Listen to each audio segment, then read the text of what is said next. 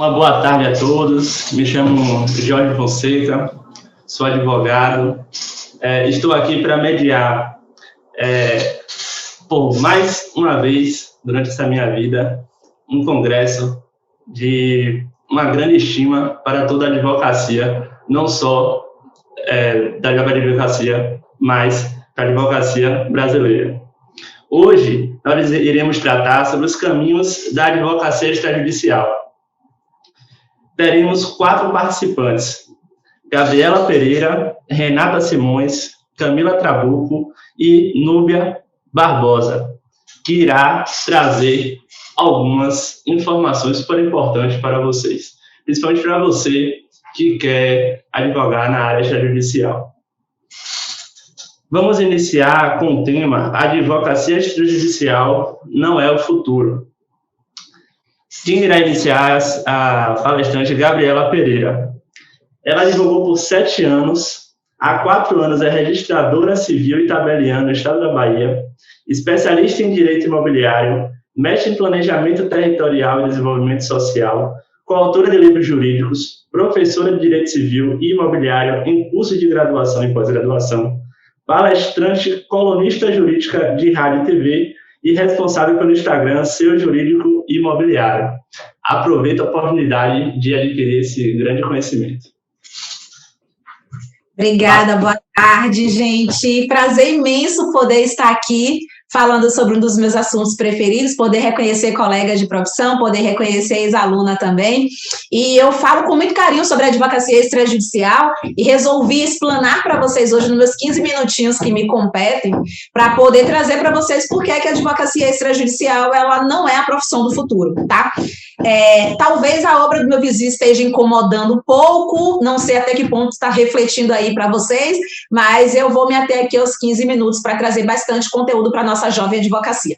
Para que vocês entendam porque eu levanto essa bandeira da advocacia extrajudicial, é importante ratificar a parte do meu currículo onde Jorge falou que eu advoguei por 7 anos. Então, durante 7 anos eu estava fora do balcão e há 4 anos sou delegatária e estou dentro do balcão. Eu percebi, desde o início da minha advocacia aqui na Bahia, que a melhor forma de ser remunerada para mim era no âmbito extrajudicial. Só que atuar em 2010 no extrajudicial já era uma atitude bastante ousada, já que durante toda a minha graduação, certamente como muitos de vocês, nós aprendemos o quê? Que só dá para poder ganhar dinheiro litigando no judiciário. O maior grito de liberdade quando se conclui a graduação é você ter a primeira pessoa a poder processar, né? E aí eu comecei a visualizar a pessoa que veio dentro de um escritório de advocacia como advogada associada, que para mim o judiciário não funcionava, que para mim era um terror ter que depender de audiência de conciliação, de audiência de instrução. Tem um meme na internet que fala assim: quem gosta de ouvir eu te amo é porque nunca ouviu espécie seu alvará. Eu não sei se vocês já passaram por isso, mas já tive um alvará que foi expedido, mas que ele demorou quase 12 meses para poder ser assinado. Então, eu comecei a perceber que, diante disso e dos números que o próprio CNJ, que é o Conselho Nacional de Justiça, disponibilizava a respeito do judiciário, a advogada do judiciário era desesperador. Ter que ter como base um lapso temporal de primeiro grau em torno de 3, 4, 5 anos para poder sair uma sentença, levando em consideração que eu já tive um inventário judicial, que ele tinha praticamente a minha idade. Eu brinco falando que os 2 advogados que me antecederam na época já tinham falecido e que se eu tivesse com ele, eu seria a próxima com certeza absoluta. Para mim, era praticamente um ato de suicídio. E aí eu comecei a visualizar o seguinte: como é que eu poderia ganhar dinheiro na advocacia sem depender do judiciário? Meu objetivo de hoje é mostrar para você que a advocacia extrajudicial não é o futuro mesmo. Na realidade, ela é o presente e chega até mesmo a fazer parte do passado, desde o ano de 2007, com a promulgação da Lei 11.441, que trouxe para a gente esse ato de desjudicialização, né? E na época que a lei foi promulgada, as pessoas que vivenciaram aquilo relatam que todo mundo tinha medo, tipo assim, como é que a gente vai fazer um inventário extrajudicial? Como é que vai fazer um divórcio extrajudicial? Ninguém mais vai querer saber do advogado. O maior desafio hoje do advogado é ele entender que todas as ferramentas que adentram as serventias extrajudiciais, elas devem ser acompanhadas pelo próprio advogado. Nós vivemos uma era onde as pessoas acreditam que o cliente não precisa dela para fazer, por exemplo, um pacto antinupcial, porque quando chegarem no tabelionato, a minuta está pronta.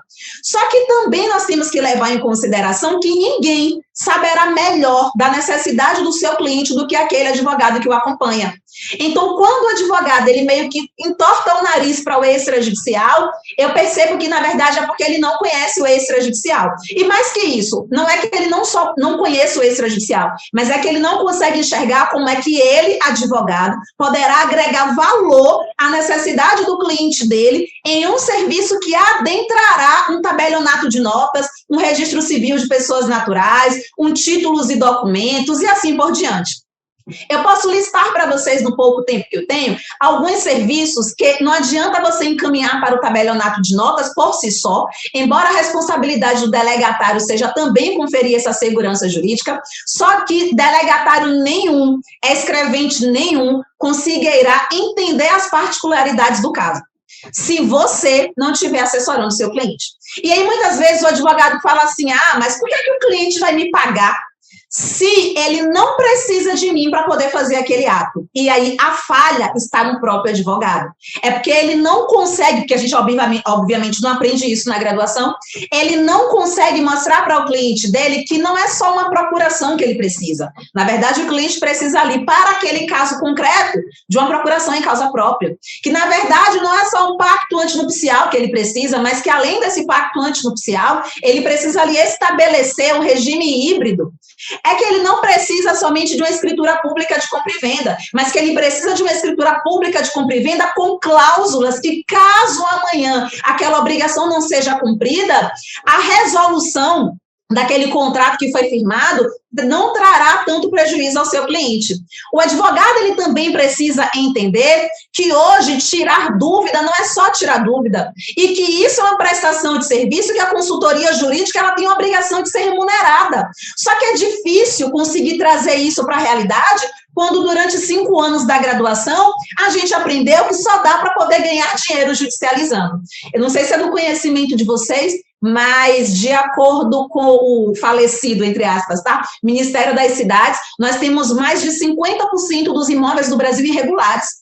Só que nós aprendemos na graduação, e eu falo isso com muita segurança, porque eu lecionei na graduação por 8 anos, tá? Nós aprendemos na graduação que a única forma, tá, de regularizar imóvel é através da usucapião, porque todo mundo acha hoje que só dá para poder regularizar imóvel através da usucapião. Mas nós não aprendemos na graduação que uma irregularidade, a qual ela não condiz com a realidade da situação e o que consta no cartório de registro de imóveis, também corresponde a uma regularização de um imóvel. Hoje eu abri a caixinha de perguntas lá no meu Instagram, no Seu Jurídico Imobiliário, e aí veio um advogado e perguntou, Gabriela, o que é que eu faço? Uma adjudicação compulsória ou uma usucapião? E eu respondi para ela assim, eu não posso te responder isso, porque você precisa saber se o caso do seu cliente, de acordo com os requisitos legais, ele vai ser resolvido através de uma adjudicação compulsória ou através de uma usucapião. E aí veio uma outra e perguntou assim, tá, mas nesse caso eu faço tal coisa ou outra coisa? Eu faço um inventário extrajudicial de posse, por exemplo, ou eu faço uma usucapião? Eu falei, o que é que seu cliente quer? Ou seja, hoje o advogado, ele quer a solução para o problema do cliente, mas muitas vezes ele não consegue entender que ele precisa saber o que é que o cliente dele quer. O que o seu cliente quer, basicamente, hoje, seria uma segurança melhor no que se refere à formalização da posse, para que aquele imóvel ele seja vendido de forma irregular, ou o que o seu cliente quer, na verdade, é regularizar esse imóvel, adquirir a propriedade, porque amanhã, quando ele pensar em vender, ele conseguirá, por exemplo, vender através de um financiamento imobiliário. Toda vez que você se deparar com a necessidade de uma solução extrajudicial, é importante que você visualize 2 pontos que são imprescindíveis. Primeiro ponto é o que é que o seu cliente quer. Tá? Isso é responsabilidade do advogado. E o segundo ponto é exatamente se o seu cliente ele preenche os requisitos para aquilo que ele quer. compete ao advogado saber se, para o caso do cliente dele, é uma cessão de posse ou uma declaratória, ou se o caso do cliente dele ali seria, por exemplo, um uso capião. Me causa estranheza quando o advogado ele não consegue perceber o quanto ele pode ser bem remunerado, e quando eu falo para vocês que a minha expertise é de fora para dentro e de dentro para fora, é porque há 10 anos, quando eu concluí a minha graduação, eu era remunerada em R$ 1.500 por mês como advogada associada, tá? Então, há 10 anos como advogada associada aqui em Salvador, eu era remunerada em R$ 1.500 por mês. E aí eu me deparo, por exemplo, com situações de ex-alunas, como, por exemplo, Renata Simões, que ela não é advogada associada, que ela é advogada autônoma e que ela consegue ser bem remunerada, praticamente 10 vezes esse valor, em algumas situações específicas, como, por exemplo, a própria uso capião extrajudicial. Eu quero chamar a atenção da jovem advocacia, porque não há problema você ser advogado associado, se você quer ser advogado associado, se hoje o desempenho do seu trabalho dentro da história de advocacia como advogado associado é o que você quer para o seu futuro. Mas eu acho importante, quando a gente fala que a advocacia extrajudicial não é o futuro, é para poder você perceber que você precisa o tempo todo, não só encher o seu carrinho do Hotmart comprando um monte de curso, mas aplicar exatamente aquilo que você tem aprendido. Eu tenho, por exemplo, alunas hoje, no curso de advocacia extrajudicial, que elas cobram pelo menos R$ 10.000 por um uso capião. Vocês conseguem entender o quanto é você trabalhar em um escritório como advogado associado e você receber um valor fixo de R$ 1.500, ou você arriscar na advocacia autônoma, se você tem perfil para isso, se é isso que você quer para a sua vida, tá? Porque não tem fórmula mágica, não é receita de bolo, e as coisas não acontecem do dia para a noite. E você conseguir, em um único ato, por exemplo, de um uso capião extrajudicial, que pode demorar ali mais ou menos uns 12 meses, até a sua concretização, você conseguir ser remunerado em 10 mil, em 5 mil, em 7 mil, o valor que você venha a cobrar. Quando eu falo para vocês que a advocacia extrajudicial ela não é o futuro, é porque dentro de grandes escritórios de advocacia nós temos robôs, tantos nomes, né? Entre eles o bendito Watson, né? Que ele faz aquele trabalho do contencioso de volume, do copia, cola, analisa decisões dos tribunais, e ele facilita a vida de um escritório como um todo.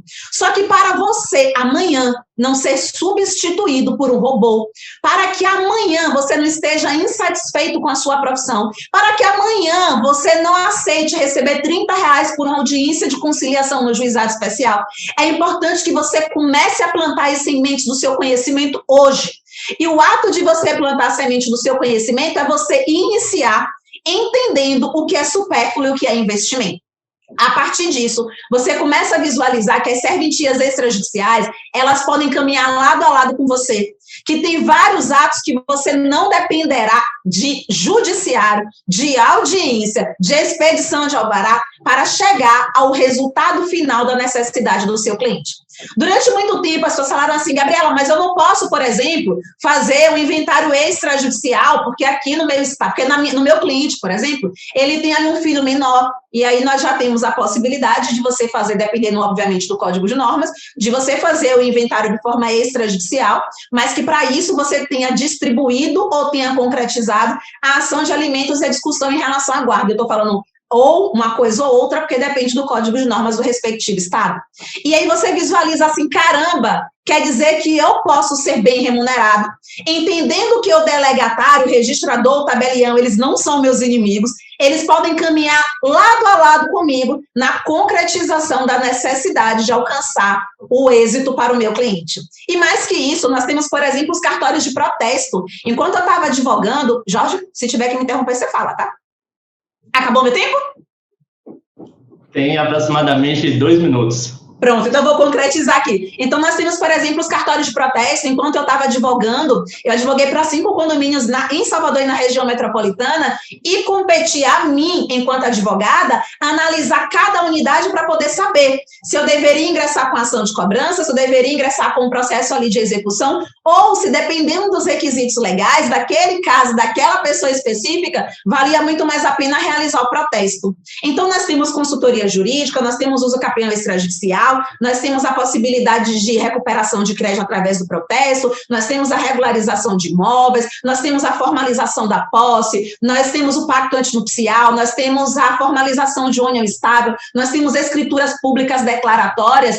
Então, diante desse rol de serviços que eu poderia passar as próximas 24 horas aqui narrando para vocês, eu ratifico. A advocacia extrajudicial, ela não é o futuro, ela faz parte do nosso presente.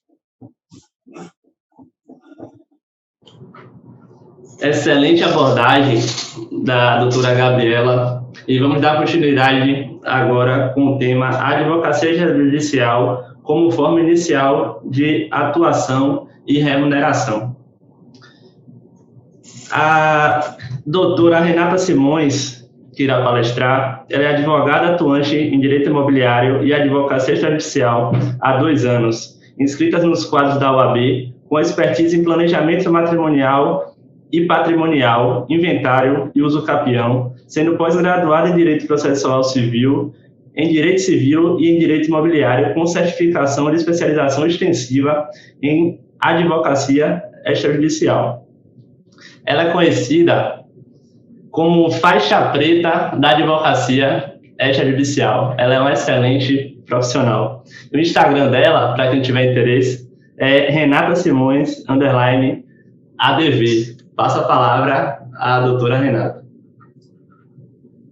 Boa tarde a todos e a todas. É um imenso prazer estar aqui. Eu quero agradecer primeiramente o convite de Sara Barros, porque é uma oportunidade ímpar estar do lado de uma professora, de colegas incríveis, né, ilustres colegas aqui presentes.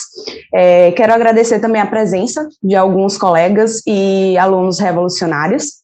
Estou aqui com essa missão de falar em 15 minutos sobre advocacia extrajudicial, que foi o que realmente me abraçou na pandemia. Então, foi algo que mudou um pouco e muito mais do que a minha vida, mudou a minha carreira, mudou a minha forma de pensar também, porque antigamente, quando saí da faculdade, eu pensava daquela forma que só tinha o judiciário, só tinha que entrar com processo, que tinha que processar, que tinha aquele objetivo padrão que a gente vê ao longo da faculdade, porque a faculdade não ensina a gente para a advocacia extrajudicial e tão pouco relacionado a cartórios, a diligências e até a atuar a gente ainda enquanto estudante de direito.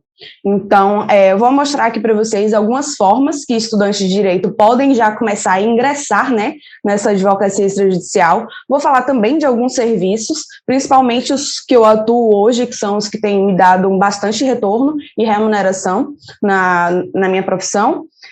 Queria falar também que a advocacia do judiciário tem se tornado algo desafiador, né? Porque a gente tem visto também muitos colegas que estão com processos parados. Inclusive, ontem uma colega minha ela foi protocolar uma ação, que a audiência vai ser ano que vem, em abril do ano que vem. Então, ou seja, se você esperar esse tempo todo, 1 ano quase, para ter uma audiência, e aí depois disso ainda rediscutir, porque ainda tem recurso, ainda tem tentativa de acordo, se tiver...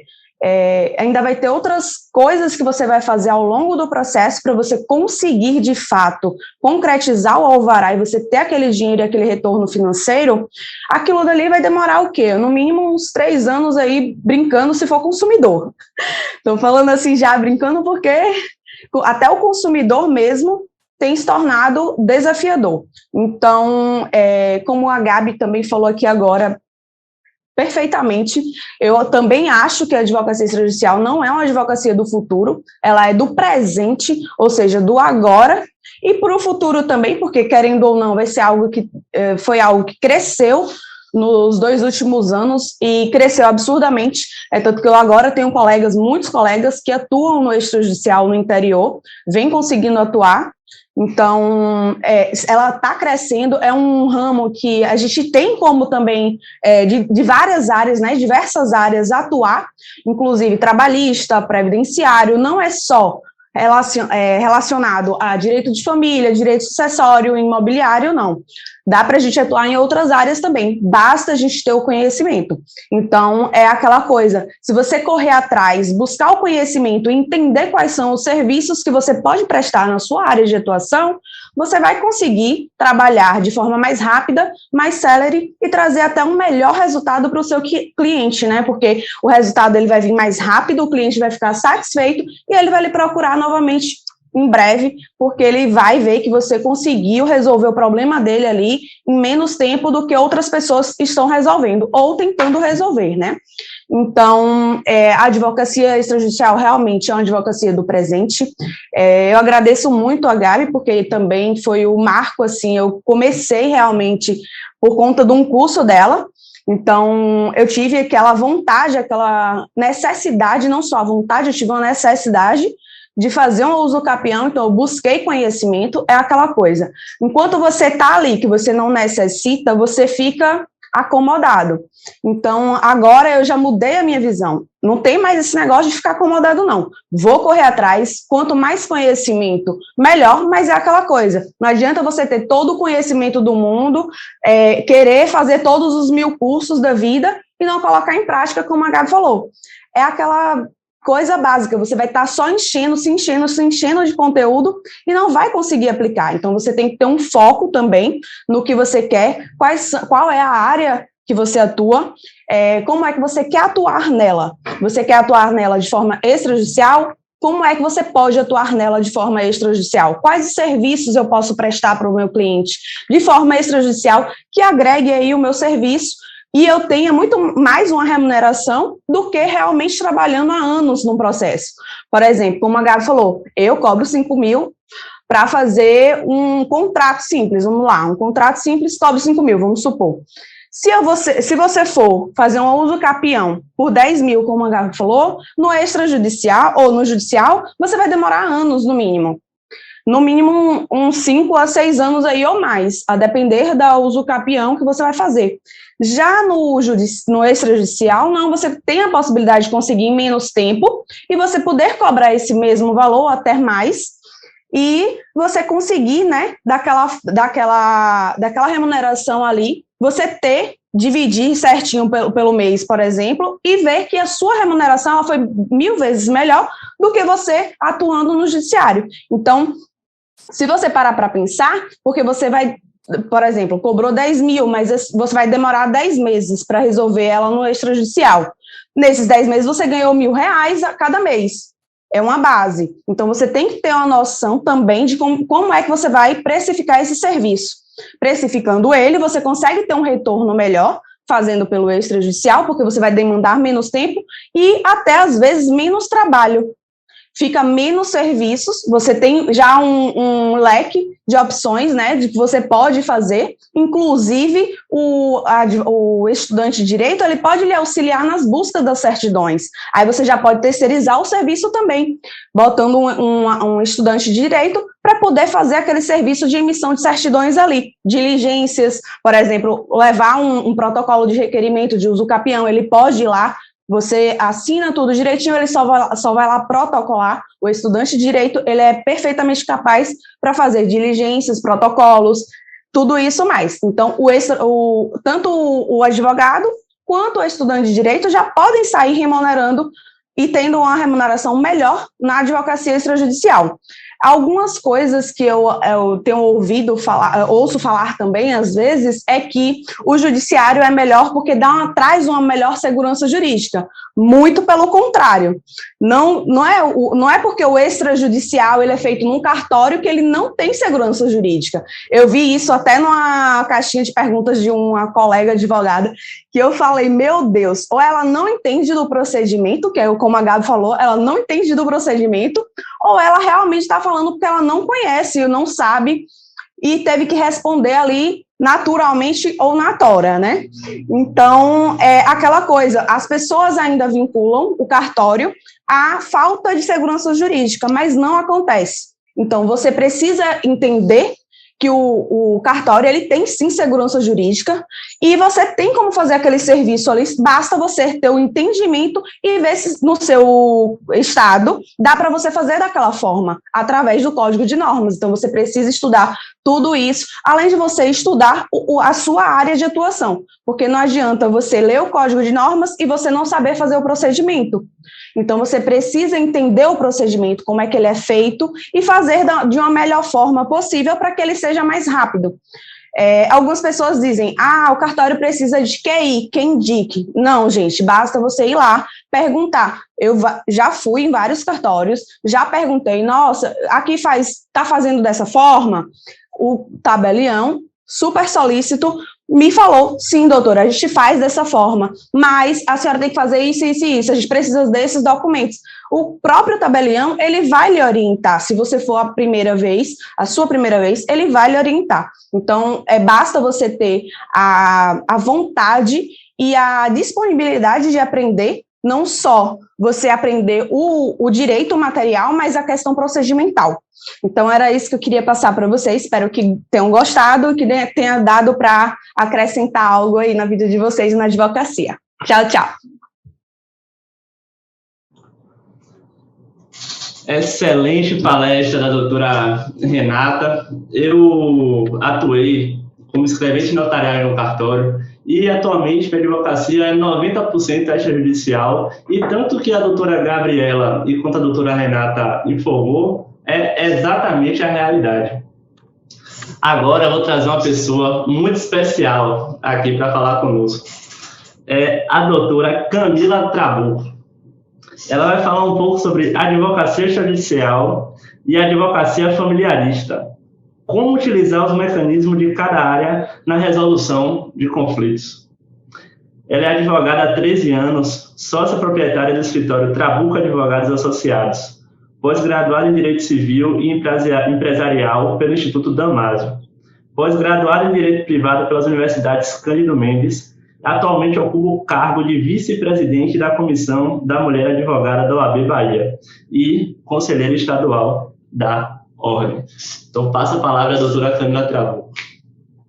Olá a todos, boa tarde. Quero dizer da minha alegria, minha honra em participar do 2º Congresso Online da Advocacia, da Jovem Advocacia Baiana, e quero já parabenizar as falas que me antecederam, das minhas colegas, que foram brilhantes, que trouxeram essa questão da advocacia extrajudicial, e como o nosso tempo é curto, eu vou entrar direto no tema, que é justamente a questão da advocacia familiarista e a prática de como a gente pode utilizar a advocacia familiarista dentro do âmbito extrajudicial. Na verdade, a gente teve uma revolução da advocacia familiarista com o advento da Lei 11.441 de 2007, então a gente começou esse trabalho a partir daí, quando foi possível que nós fizéssemos os divórcios, os inventários, as partilhas através dos atos extrajudiciais. E uma coisa que eu trago para você é a necessidade de conhecer as resoluções e provimentos que trabalham com a advocacia extrajudicial para que você possa efetivamente aplicá-lo dentro da sua advocacia. Então, a gente tem o regramento dessa lei através da resolução 35, que sofreu alterações durante o ano, e a gente tem aí a última resolução do CNJ, que é a 326, que ela é do ano de 2020, e já trouxe diversas modificações, especialmente também já em razão da pandemia. Eu tenho também, gente, um provimento que é de extrema importância, que é o provimento 100 do CNJ, que ele trouxe a possibilidade do divórcio pelo meio eletrônico, a gente chamou do divórcio virtual, e na pandemia a gente teve 2 pontos muito fortes em relação à advocacia familiarista extrajudicial. E aí a gente vê o boom de divórcios e também a necessidade do planejamento sucessório e dos inventários. Então, infelizmente, em razão da quantidade de óbitos, a gente teve uma necessidade de fazer também mais inventários, e a advocacia familiarista foi chamada ao trabalho nessas 2 funções, mais especialmente, e a advocacia extrajudicial veio como solução dessas situações. E um ponto que a gente traz dentro da possibilidade dos atos por meio eletrônico é você poder fazer, por exemplo, a videoconferência notarial, que é um dos requisitos até para que esse ato aconteça. Também a concordância expressa das partes, que ela vai ser obtida através do modo virtual, e a necessidade de você ter uma assinatura através do e-notariado. Então, se você vai trabalhar dentro da advocacia extrajudicial, é importante que você conheça, por exemplo, o e-notariado. E quando a gente vai falar com o cliente, muita gente pergunta qual é a vantagem de eu usar a advocacia extrajudicial. E aí eu venho e trago para vocês, a celeridade. A doutora Gabriela falou de um inventário muito antigo. Doutora, eu já trabalhei no inventário de 1975, e esse inventário ainda existe. Então, assim, para você ter noção, as pessoas não recebem, chegam a não receber a herança, porque vai falecendo e aí eu tenho que agregar essa pessoa. Então, eu trago o ponto da celeridade como um ponto forte da advocacia extrajudicial, extrajudicial. Eu já fiz inventários em menos de 4 meses dentro da advocacia familiarista, já fiz divórcios em 1 semana, ou menos tempo até. Então, assim, é uma prática que você tem. Eu tenho o ponto do custo, gente. O custo do processo, do procedimento, ele é infinitamente menor. Então, eu apresento, por exemplo, a própria tabela de custas. Eu tenho uma tabela de custas para o procedimento judicial, uma tabela de custas para o procedimento extrajudicial, e elas são muito divergentes. Eu tenho também a questão dos próprios honorários advocatícios. A tabela da OAB, ela traz um valor para o procedimento extrajudicial e outro para o judicial. O procedimento extrajudicial, por ser ele mais simples, né, e mais célere, e é isso mesmo que a gente quer,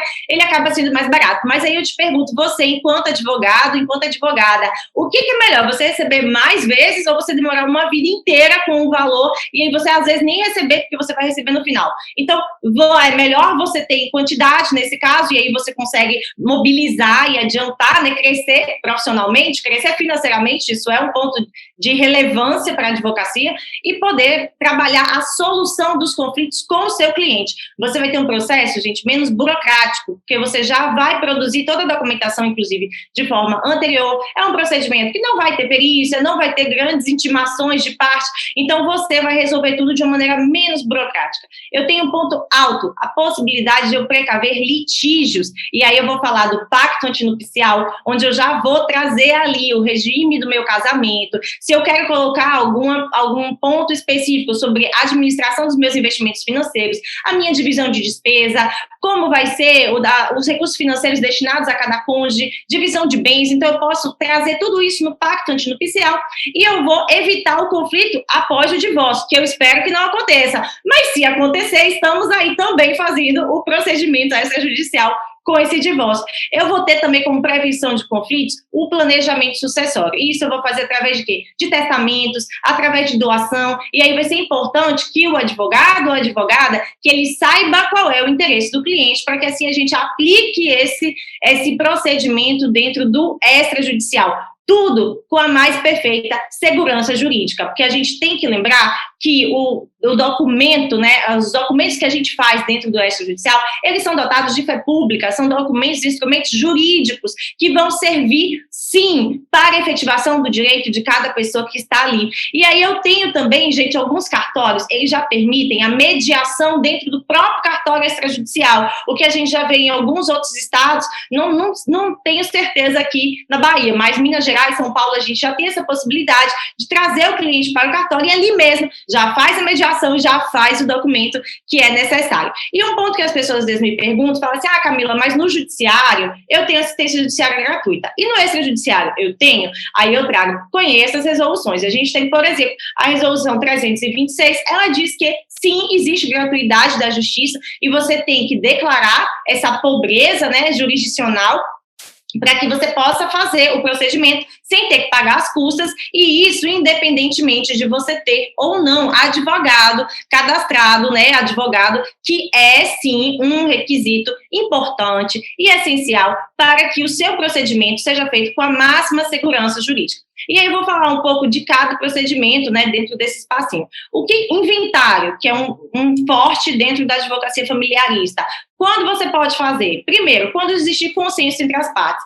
E aí vai do trabalho do advogado e da advogada em resolver esse ponto de litígio e tentar convencer o cliente, inclusive, com essas vantagens todas de se fazer o extrajudicial. Eu não posso ter a situação de menores ou incapazes. Então, aí, a partir do momento que eu tenho menores incapazes, eu necessariamente vou ter que judicializar, até porque vai ter a participação do Ministério Público. E eu tenho a necessidade de inexistência de testamento. Não pode haver testamento.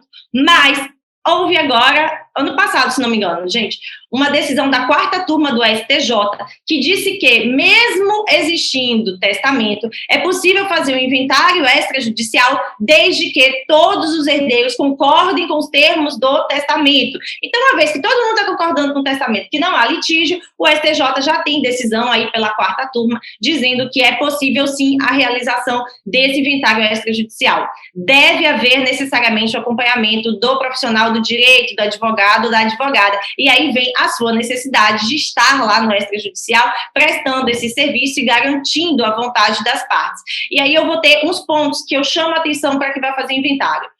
O recolhimento de custas e de impostos, eles devem acontecer, obviamente, antes do formal de partilha. Só que, neste caso, não é possível a venda do bem antes do formal de partilha, o que é possível dentro do processo judicial, através de alvará judicial. Então, converse com o seu cliente, veja se ele tem condição de arcar com esse custo, para que a partir daí, sim, você possa delimitar qual é o melhor procedimento também no sentido financeiro da palavra e do procedimento em si. Eu preciso que essa documentação seja toda preparada de forma antecedente, então não dá para eu ficar oficiando tudo, o ideal é que eu já entre com o processo, com o procedimento, com todas as certidões em mãos, com as certidões negativas de débitos e com as certidões que são requisitadas pelos cartórios, para que você possa, sim, fazer o procedimento. Eu tenho um ponto também que muita gente pergunta, doutora, já entrei com o processo judicial, eu posso migrar para o judicial? Sim, você pode migrar para o judicial, você pode fazer o inventário judicial, extrajudicial e informar no judicial que você fez o procedimento, pedir a suspensão lá antes disso, inclusive informar disso, do que está acontecendo,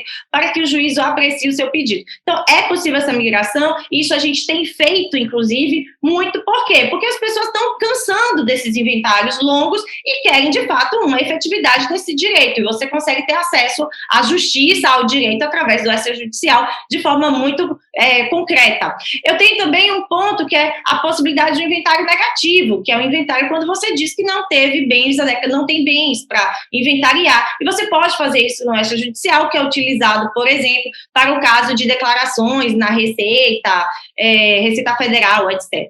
E quando eu falo de inventário, eu também tenho que falar de planejamento sucessório. E aí, quais são as minhas regras, né? O que eu vou utilizar? A questão das doações, gente, que a gente faz por extrajudicial. E aí, Gabriela trouxe um ponto.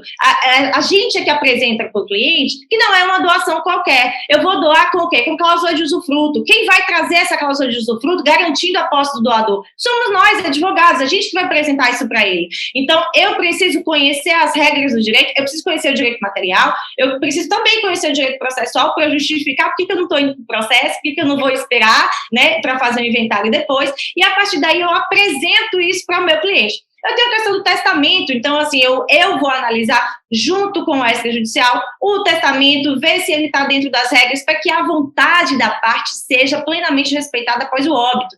E aí eu trago, temos o testamento público e o testamento cerrado, que vão necessariamente passar pelo cartório extrajudicial. Como testamento público, o próprio tabelião, ele vai ter acesso ao conteúdo desse testamento, ele vai verificar o testamento com 2 testemunhas, mais o testador, e ele vai fazer esse registro, esse testamento vai ficar registrado lá e guardado. E eu tenho testamento cerrado, que o tabelião, ele não vai ter acesso ao conteúdo, mas ele vai fazer o que a gente chama de uma autorização de testamento, que vai ficar lá, vai ficar registrado a existência desse testamento, mas ele não vai ter acesso ao conteúdo. Os 2 testamentos, eles são válidos, mas, Camila, qual que você indica? O testamento público. Por quê? Porque ele é o testamento em que o conteúdo do testamento vai passar pelo crivo também do tabelião, então ele vai ser um testamento extremamente mais seguro e vai garantir aí a melhor condução do pós-falecimento já e evitar o inventário. Outra coisa, gente, a gente tem a questão do reconhecimento da união estável. É preciso advogado? Não. Mas no reconhecimento da união estável, eu posso, por exemplo, colocar a data que começou essa união, e isso vai me gerar direitos patrimoniais. Eu vou colocar se aquela união está com separação de bens ou não, e aí entra também o nosso trabalho, o nosso papel de indicar o que vai acontecer, para onde vai essa união, de que maneira ela vai se colocar. Então, eu tenho uma forma de evitar conflitos com o reconhecimento da união estável, com a participação do advogado e sendo feito por cartório extrajudicial. O divórcio pode ser feito também de maneira extrajudicial, assim como a dissolução de união estável. E aí eu chamo a atenção para algumas questões. Requisitos: eu preciso de pessoas maiores, capazes, não pode haver, obviamente, nenhum vício de consentimento, tem que ter a presença do advogado ou da advogada, e ali eu vou regular a partilha de bens, pensão entre os cônjuges, dentre outros. Eu tenho os impedimentos. Quais são os impedimentos? Existência de menores. Aí eu chamo a atenção que desde 2018 já é possível aqui na Bahia a gente fazer, mesmo existindo menores, desde que eu tenha regulado já a guarda, a visita e os alimentos desses menores. Então, se eu resolvi a vida dos menores no judiciário, aí eu vou poder fazer esse procedimento extrajudicial, ainda que eu tenha menores com o casal, mas eu vou indicar, inclusive, ao tabelião, como ficou essa resolução, os números dos processos, dentre outros. Eu também sou impedida quando existe uma mulher grávida, então, assim, ela tem que declarar que ela não está grávida ou que ela desconhece esse estado gravídico. E aí eu trago um ponto. Não tem isso definido em lei. Mas, assim, se a mulher também regulou alimentos gravídicos no judiciário, por que não fazer esse divórcio, né, extrajudicial? E aí eu levanto esse questionamento do porquê, e eu acredito que é um avanço que a gente pode trazer. Porque assim como eu posso fazer quando tem menores, se eu já regulei a vida dos menores judicialmente, por que eu não posso fazer quando a mulher está grávida, se eu já regulei os alimentos gravídicos? Então, se eu já dei a proteção à maternidade, a proteção à mulher, então eu não vejo por que eu também não facilitar a vida dela em se libertar daquele casamento e poder seguir a vida dela de uma maneira muito tranquila e feliz, se Deus quiser. Então, assim, a questão da advocacia extrajudicial na advocacia familiarista, eu vejo muito como solução, como futuro e como presente, mesmo porque tem coisas ainda que vão ser agregadas, tem coisas que eu acredito que a gente vai evoluir, e eu te digo, uma coisa que eu aprendi em 13 anos de advocacia, em 13 anos de vara de família, é que uma sentença, ela pode até resolver um processo, mas um acordo bem feito e cumprido, a vontade das partes respeitadas, ela vai resolver a sua vida. E assim eu encerro a minha fala. Muito obrigada a todos e espero ter contribuído com vocês. Excelente abordagem da doutora Camila Trabuco. E, de fato, meus amigos, tanto vocês que estão começando a carreira ou como querem ser advogado, ou então até clientes, dependendo do estado de vida que você se encontra, se tiver requisitos para vocês realizarem atos extrajudiciais ao invés de judiciais, com certeza escolha a atividade extrajudicial. E agora, para encerrar, eu vou chamar a doutora Núbia Barbosa. Ela irá falar um pouco sobre atuação extrajudicial, possibilidade e perspectivas. Ela possui graduação pela Universidade Federal de Goiás, mestre pela Unifax e atualmente é titular tabeliã do 9º Tabelionato de Notas de Salvador. Tem experiência na área de direito com ênfase em direito notarial. Passo a palavra para a doutora Núbia. Olá, tudo bem? Uma boa tarde, muito prazer. Eu, primeiramente, quero parabenizar as colegas que falaram antes de mim. Excelente, todas. Quero agradecer pelo convite, a oportunidade, é uma honra estar aqui participando desse evento. E eu vim aqui para falar um pouco de desjudicialização, do extrajudicial. O Brasil vem desde 2007, até um pouco antes, com algumas iniciativas mais esparsas, vem caminhando para desjudicialização. A gente tem hoje, só no segundo semestre do ano passado, a gente teve quase 44 mil divórcios extrajudiciais. É claro que a Covid deu uma forcinha aí para o isolamento, o excesso de convivência deu uma forcinha para esse número, mas a gente teve, isso já representa que um aumento de 15% em relação ao mesmo período de 2019, em relação a divórcios extrajudiciais.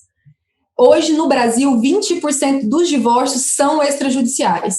E só desde da lei de 2007 até o último levantamento, foram mais de 1,5 milhão de inventários extrajudiciais. Então, a gente vê que a utilização do extrajudicial, ela está sendo crescente. E que, tanto para os advogados quanto para as partes, é mais interessante, porque eu fui advogada por 7 anos, inclusive mesma quantidade de tempo que a Gabriela, e a justiça que demora, ela não é justiça, porque as partes, todo mundo fica ansioso. Por exemplo, eu advogava na área civil quando eu advogava, e até hoje tem inventário que eu fui advogada, eu já não sou advogada mais há 5 anos, e até hoje eu tenho inventário que eu deixei na época, e tá rolando, sem nenhuma perspectiva. E assim, eu brinco que são pessoas ricas, que vivem como pessoas pobres, porque os bens estão todos ali no monte. Isso, o que não é de ninguém, o que é de todo mundo não é de ninguém. Então, ninguém se sente responsável por pagar imposto, ninguém se sente responsável por pagar condomínio, e nisso os bens vão se depreciando, vão à asta pública, e acaba que, no final, um patrimônio que era um patrimônio muito significativo, fica um patrimônio muito pequeno. E a gente vê que hoje, por exemplo, a gente vem de uma ampliação da atividade extrajudicial. Os divórcios extrajudiciais, por exemplo, antigamente não se admitia em hipótese alguma que o divórcio fosse extrajudicial se houvessem filhos menores. Hoje já se há a possibilidade de se resolver questões, como bem a doutora Camila trouxe, resolver aquelas questões atinentes aos filhos menores, como guarda, alimento, visita, no judicial, e trazer a partilha para o extrajudicial. E no inventário, por exemplo, se existe testamento, ele pode ser feito extrajudicial? Pode, inclusive o Código de Normas da Bahia já traz essa possibilidade. Testamento caduco ou revogado, não precisa, o próprio tabelionato pode apreciar as questões de testamento caduco ou revogado. Se a invalidade do testamento já tem que ser reconhecida judicialmente. Outra situação é o testamento estar válido. Na ação de abertura e cumprimento do testamento, se pede autorização para trazer para o extrajudicial. Então, o que acontece? O juiz ele reconhece a existência desse testamento, ele faz o famoso cumpra-se e manda essa partilha para o extrajudicial, o que é muito mais rápido. Que a colega trouxe a situação de herdeiros que precisam vender os bens, é muito comum, porque os impostos são caros, às vezes a família tem alguns bens, mas não tem, por exemplo, mais 100 e tantos mil reais para pagar um ITCMD. Então, o que acontece? Existem instrumentos extrajudiciais para se propiciar essa venda, como a cessão de direitos hereditários. Eles podem fazer uma cessão de direitos hereditários, trazer a cessão de direitos hereditários para dentro do inventário extrajudicial, para que não seja necessário um alvará. Mas aí vai ter que ter concordância de todo mundo. Sim, mas o grande pilar do extrajudicial é a concordância. O extrajudicial, ele vive do acordo. Por isso que a gente, às vezes o advogado vem aqui e fala, nossa, eu estou com o inventário assim, mas tem um herdeiro que está criando problema. A gente fala, olha, converse com ele, traga ele pro acordo, porque é melhor você trazer ele pro acordo. Eu falo assim, às vezes as pessoas ficam brigando por causa de uma coisa tão pequena, sendo que no final todo mundo vai perder muito mais. Então eu sempre falo, olha, traga o cliente pro acordo, porque a gente sabe que um inventário extrajudicial, um divórcio extrajudicial, o tempo de resolução, mesmo que a gente sabe que o inventário tem que calcular o imposto na Cefaz, demora um pouquinho, mas é muito diferente o tempo de um inventário judicial para um extrajudicial. E além de outras ferramentas do extrajudicial que podem ser utilizadas tanto como ferramentas para um processo judicial, a gente vê uma utilização crescente da ata de constatação como meio de prova, porque existe uma dificuldade muito grande, principalmente em crimes contra a honra, que são realizados pela internet ou por qualquer outro meio digital. As pessoas têm uma dificuldade em se manter e se colher essa prova. A pessoa faz uma injúria, uma difamação, uma calúnia no Instagram ou num grupo de condomínio. A partir do momento que alguém orienta ela vai lá e apaga a postagem. É claro, né? A não ser que tem gente que já mais vida louca, mas a maioria das pessoas vão lá e apagam. E aí você perdeu a sua prova, porque às vezes você tem um print que você deu, um print simples, que não vai ser aproveitado como prova.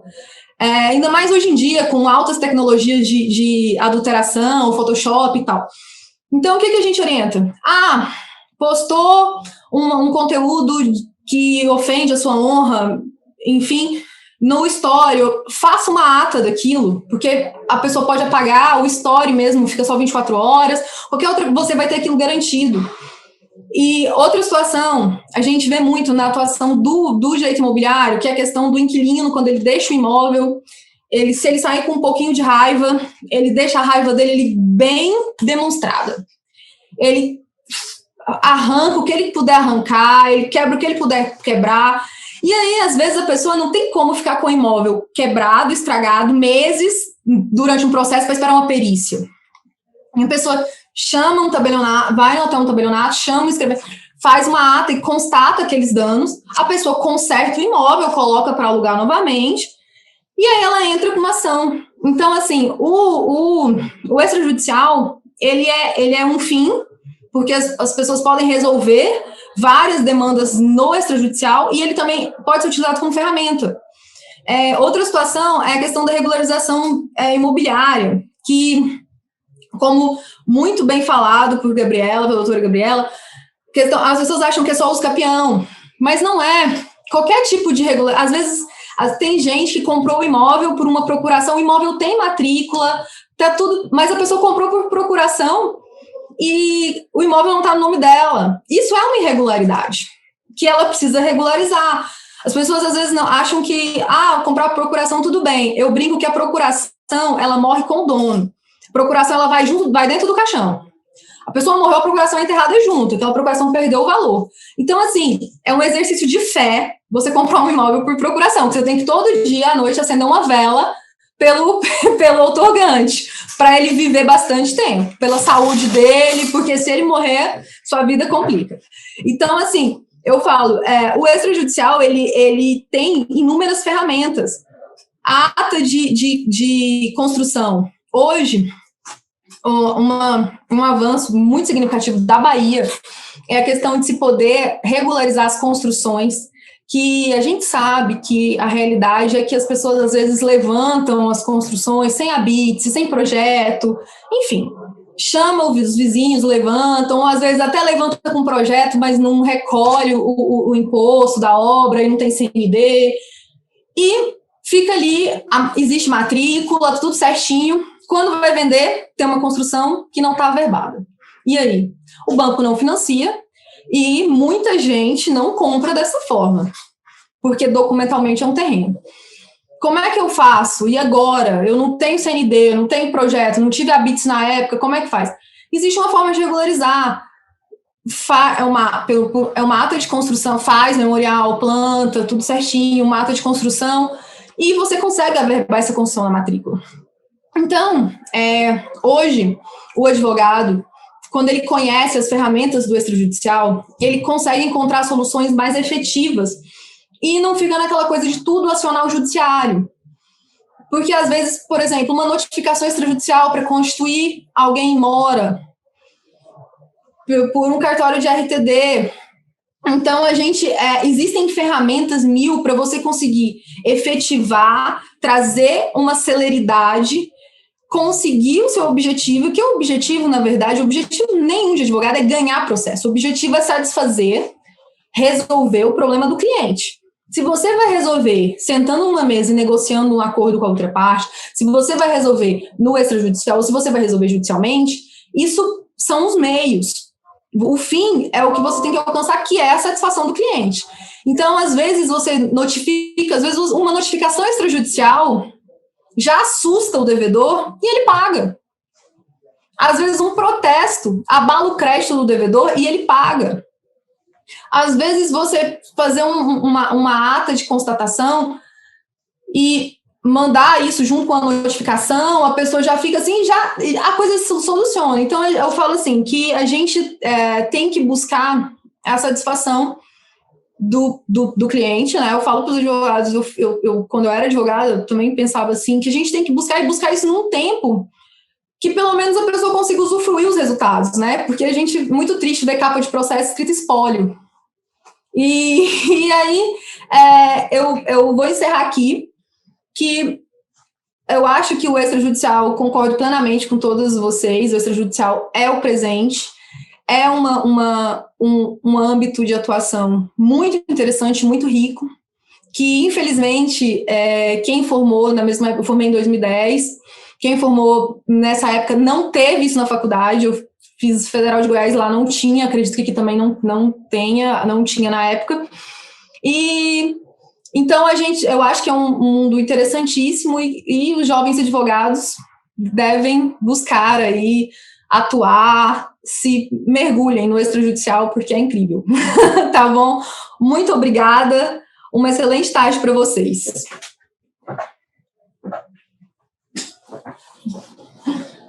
Então é isso, pessoal. Estamos encerrando este painel e acompanhem as próximas palestras que estão por vir.